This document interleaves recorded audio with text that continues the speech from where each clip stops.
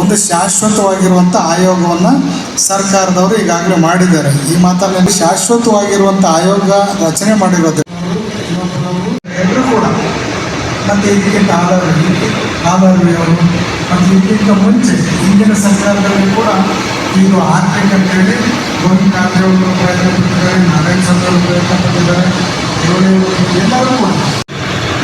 ಯಾವಾಗಲೂ ಕೂಡ ನಮ್ಮ ಆಚರಣೆಗಳಿಂದ ನಾವು ಕೆಲಸದಿಂದ ಬರ್ತೀವಿ ಹೊರತು ಜಾತಿಯಿಂದ ಕೆಲಸದಿಂದ ಆಯ್ದುಕೊಳ್ಳುವುದಿಲ್ಲ ಅನ್ನುವಂಥ ಭಾವನೆ ಇಲ್ಲಿ ಚುನಾವಣೆ ಹೇಗೆ ನಡೆಯುತ್ತೆ ಅಂತ ಹೇಳಿದ್ರೆ ಒಬ್ಬ ಶಾಸಕರು ಗೆಲ್ಲೋದಕ್ಕೆ ನಡೆಯೋದಕ್ಕಿಂತ ಹೆಚ್ಚಿನದಾಗಿ ಅಷ್ಟೇ ಪ್ರಬಲವಾಗಿ ಒಕ್ಕಲಿಸಲಿಕ್ಕೆ ನಿರ್ದೇಶಕರಿಗೆ ನಡೆಯುವಂಥ ಚುನಾವಣೆ ನಡೆಯುತ್ತೆ.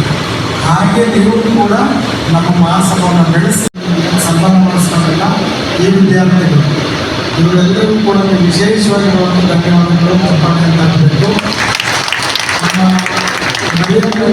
ಈಗಾಗಲೇ ತಾಲೂಕು ಮಟ್ಟ ಮತ್ತು ಜಿಲ್ಲಾ ಮಟ್ಟದ ಸಭೆಗಳ ಮತ್ತು ಪದಾಧಿಕಾರಿಗಳ ಆಯ್ಕೆ ಮಾಡ್ತಕ್ಕಂಥದ್ದು ಎಲ್ಲ ಕಡೆ ನಡೀತಿದೆ.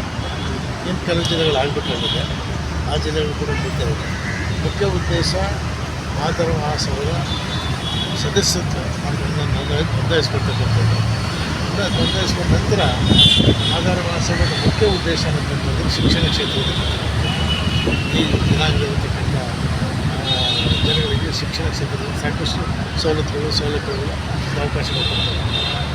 ಮತ್ತು ಅನೇಕ ವಿದ್ಯಾವಂತರು ನಿರುದ್ಯೋಗಿಗಳಿರ್ತಕ್ಕಂಥದ್ದು, ಆ ನಿರುದ್ಯೋಗಿಗಳಿಗೆ ಉದ್ಯೋಗ ಮಾಡಲಿಕ್ಕೆ ಉದ್ಯೋಗಕ್ಕೋಸ್ಕರ ತರಬೇತಿ ಕೊಡ್ತಕ್ಕಂಥದ್ದು ಇವುಗಳ ಕನಸಿದೆ. ಈಗ ಸನ್ಮಾನ್ಯ ಮುನಿಯಪ್ಪನವರ ಅಧ್ಯಕ್ಷತೆಯಲ್ಲಿ ನಡೀತಾ ಇದೆ. ಈ ಹೋರಾಟ ಸುಮಾರು ಆದಿಜಾಂಬವ ಸಂಘ ಅಂತಿದೆ, ಜಗಜೀವನ್ ರಾಮ್ ಸಂಘ ಅಂತಿದೆ, ಆಧಾರ ಸಂಘ ಅಂತಿದೆ, ಅನೇಕ ಸಂಘಗಳಿದ್ದಾವೆ. ಇವೆಲ್ಲ ಸಂಘಗಳ ಮುಖ್ಯ ಉದ್ದೇಶ ಒಳಮೀಸಲಾತಿ ಹೋರಾಟ.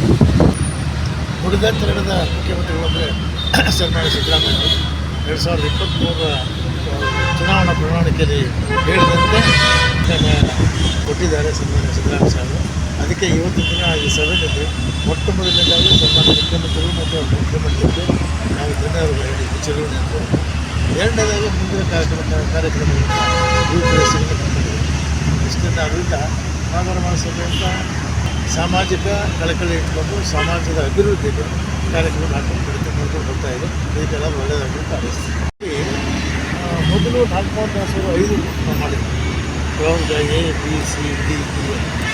ಪ್ರವರ್ಗ ಏನಿದೆ 6%, ಪ್ರವರ್ಗ ಭೂಮಿಯಲ್ಲಿ 5%, ಪ್ರವರ್ಗ C 3%, ಮತ್ತು 1% ಅಲೆಮಾರಿ, 1% AQAD ಕೊಟ್ಟಿದ್ವಿ.